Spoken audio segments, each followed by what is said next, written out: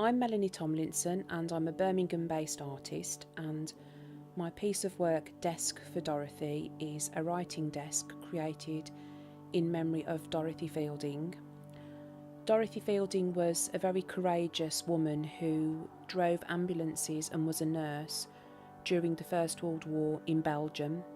She was very much in the line of fire, but despite this, she rescued and helped injured soldiers on the front during the First World War. And while she was there, she wrote many letters home to her family in England. So my research started by sitting with piles of letters in front of me and actually reading about her story and her journey. The letters are very moving. They also report on what she sees, so it's almost as if she's like a journalist reporting on the war. She brings in an element of emotion and humanity to the things that she sees. It's the voice of a woman talking about the First World War, and there aren't many records of the female voice in history during this time. So my response was to choose a writing desk for Dorothy and to fill all the compartments of this writing desk with imagery that responds to letters from the collection. The centre of the desk is the main focal point of the piece, and it's a meadow of flowers because Dorothy Fielding planted flowers amongst the bombed out ruins in Belgium, so she would scatter seeds and grow some of her favourite flowers amongst rubble and churches that had fallen down and houses that had been bombed and were now ruins. So the flowers in this meadow represent flowers that she mentions in her letters, and also flowers that I can see from photographs of the gardens in Belgium.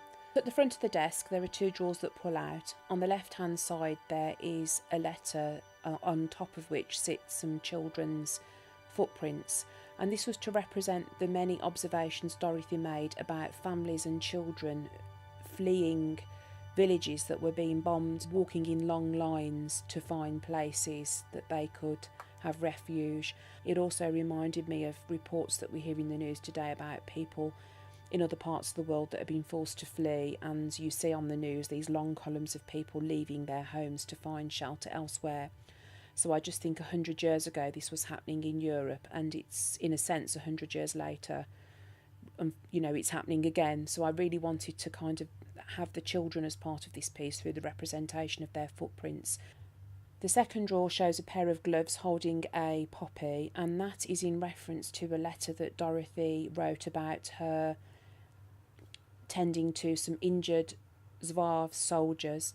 And there's a very moving letter that talks about her helping an injured Zouave soldier, and she takes him to a train in order to send him on to a different hospital for care.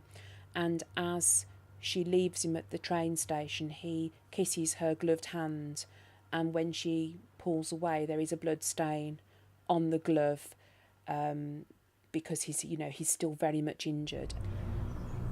The top of the writing bureau shows some trees that have got quite a lot of red and orange and beigey orangey colours to them, and also some sand dunes and grasses that grow in the sand dunes. And this is in reference to nature and the landscape, and amongst all the horror, nature was still very beautiful. You can see her ambulance amongst the sand dunes. The ambulance is almost engulfed in these paper sea grasses, they're called.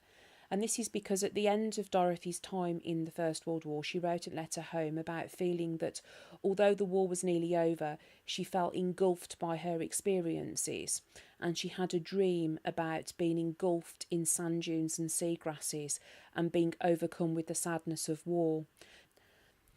Underneath that there are very small pockets that show some general scenes to the horses that died in the trenches, and so part of the little alcoves within the desk show horses caught in barbed wire.